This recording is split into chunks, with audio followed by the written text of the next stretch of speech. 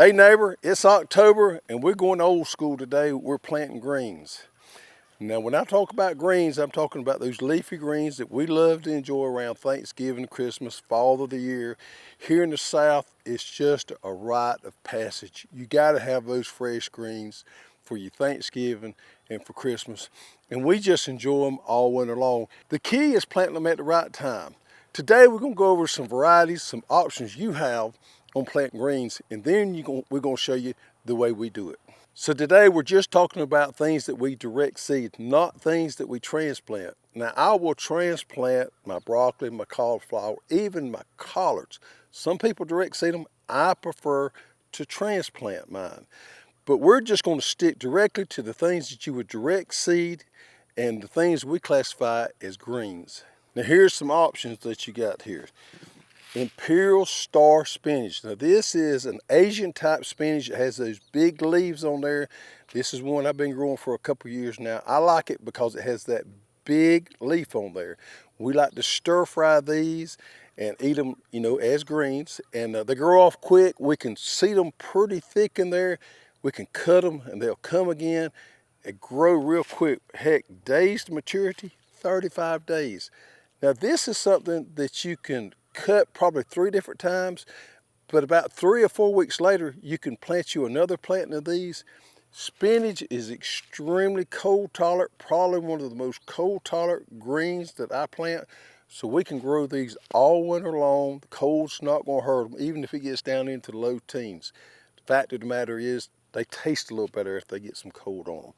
So Imperial Star is my go-to spinach variety, and I'm going to be planting some of this today. Savanna mustard. Now this is another one that's quick here. Man, this is 20 days to maturity, probably the quickest green that we have here.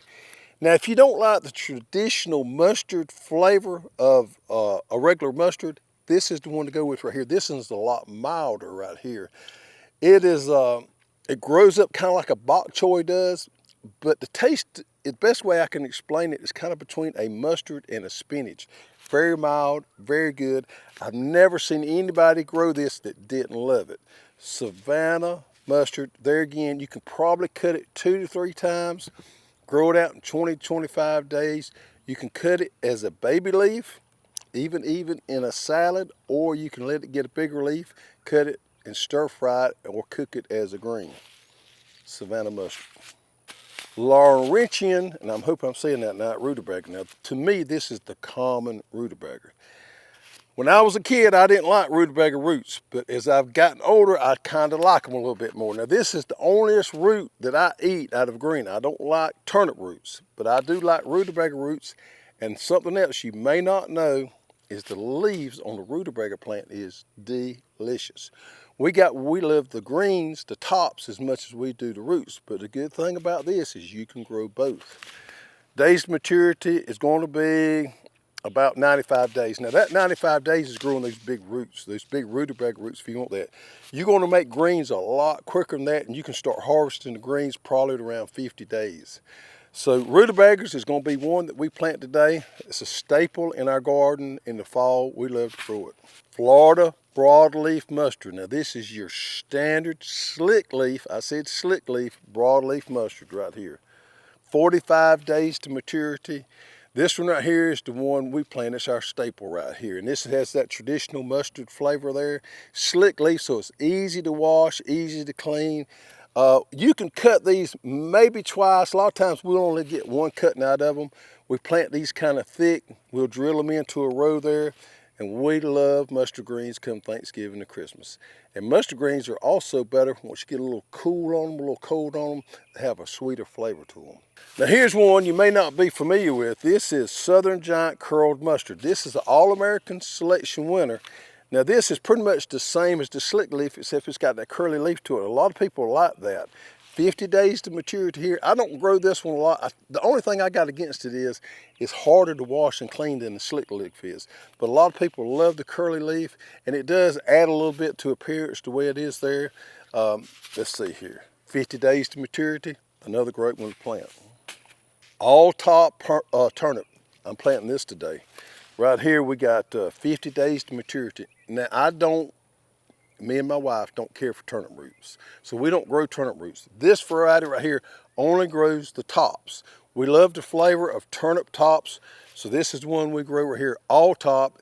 It makes plenty of top there. It's delicious there, and we don't grow that turnip root. 50 days to maturity. It's another one I'm planting today. And here we have purple top turnip.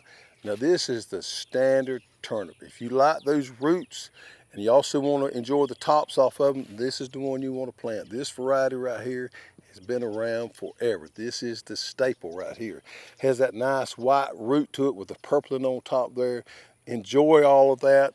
50 days to maturity here. It's the staple here in the South as far as turnip greens go. Now October is the perfect time to start growing greens in the South, and the reason for that is our temperatures have cooled off some, and plus the daylight length in a day is ideal for germination of these cool season crops here. They're going to pop out of the ground a lot quicker because Mother Nature says now's the time for you to come up there, and she has put the perfect amount of daylight in the day to signal to that seed it's time for you to come up out of the ground. Now, with these greens here, there's a couple of different ways you can do it.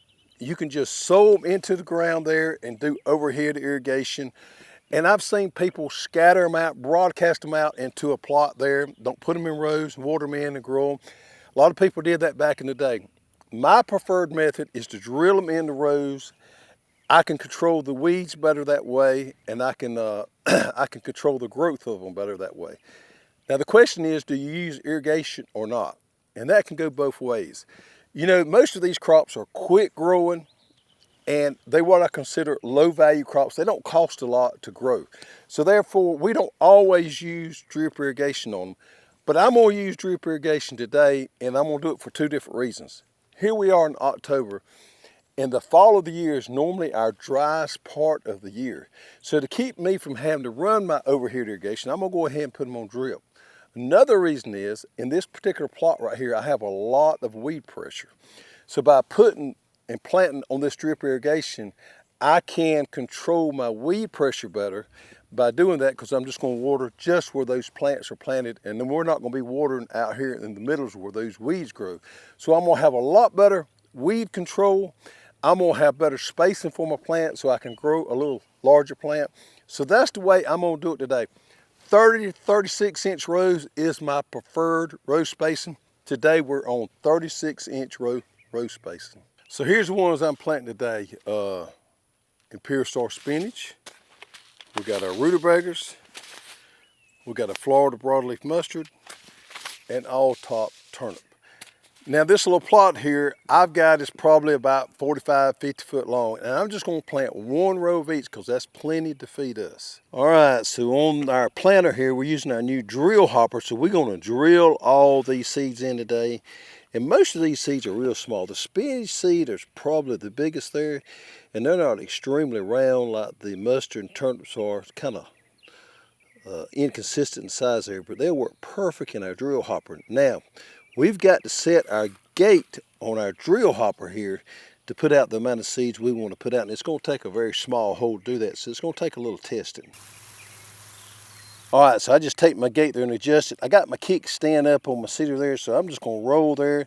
I've lifted my gate just a little bit. Yep, that looks just about perfect there. Now these small seeds, you don't want to plant them very deep. Rule of thumb is the smaller the seed, the shallower you want to plant it. We're planting right on top of this drip tape. So let's run down through there. Oh, we're planting probably about a quarter to a half inch deep.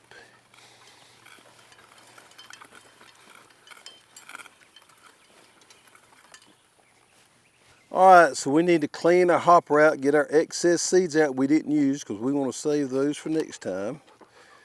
Take our wing nut and our washer there out, just lift the hopper up. We're going to lose a few. Put our finger over the bottom there, and we're just going to pour these back into a bag.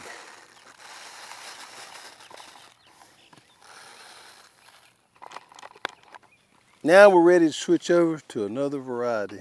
Next we got all top turnip. Now the turnips and rutabagas and all are about the same size. You can tell they're very consistent and round like that. So we may have to close our gate up just a little bit to get the seeding rate we want out there. These are going to be a little bit smaller. We'll check it and see. Yeah, we need to shut it down just a little bit, so we're going to push that gate down. Too much. Perfect.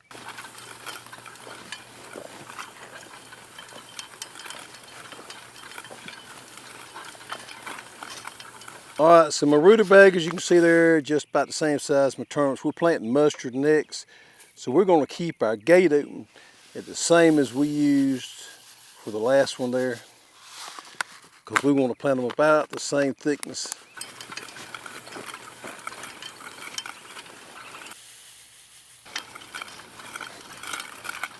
So we got our 4 rows of greens planted. It's going to be perfect for the holidays. We'll probably come back 1st of November and may plant us a few more just to make sure we're going to have plenty all winter long. Another reason I like to use the drip tape is because I can shoot all my juice, all my fertilizer directly to my plant with my Hoss fertilizer injector. I'll just simply hook it up here at the head there, and in just a few days when they start popping up, I'll give them a little 20-20-20, and then I'll alternate that with a nitrogen source such as chalalia nitrate or calcium nitrate to give those plants plenty of food so they grow off nice and healthy.